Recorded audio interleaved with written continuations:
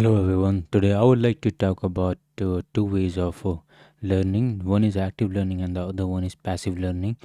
First, let's start with the passive learning. Passive learning refers to to learning, learning just by consuming things. That is generally we do when we watch videos or when we read articles or whatever we consume. We are in the process of passive learning. We are just observing and we are not creating anything out of it. That's what passive learning is. And then we have an active learning where we not only learn, when we not only watch things, but we try to create something out of it. For example, like if I am watching English movie, then what I do is that I will I will repeat the line, or I will shadow the speaker in the movie, and whatever he is speaking I will try to repeat that, or I will try to summarize. If let's say if I read an article, then what I will do is then that I will try to summarize the article after reading the whole article. That way it's more productive, and that's when the real learning begins. That's when the real learning happens.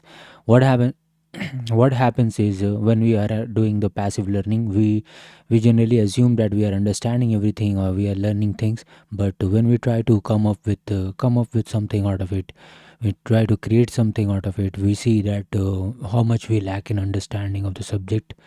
That's why active learning shows us that how much of the how much we know of the subject, or how much we learned. So when you start doing active learning, you realize that you tend to see you tend to see your weakness and what you need to work on. That's why I have started this YouTube channel, and I'm continuously, whatever whatever I'm watching, whatever knowledge I am gaining, I'm trying to come up with something out of it.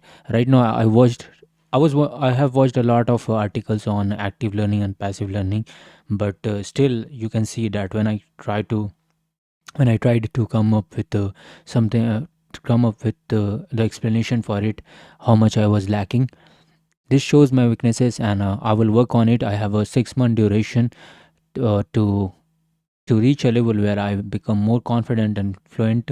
Not only that, but also that I when I also I want to reach a level of I want to reach a level in English where I can create a content flawlessly, not flawlessly, but to a to a very, how do I say that, to a level where I'm satisfied with my contents.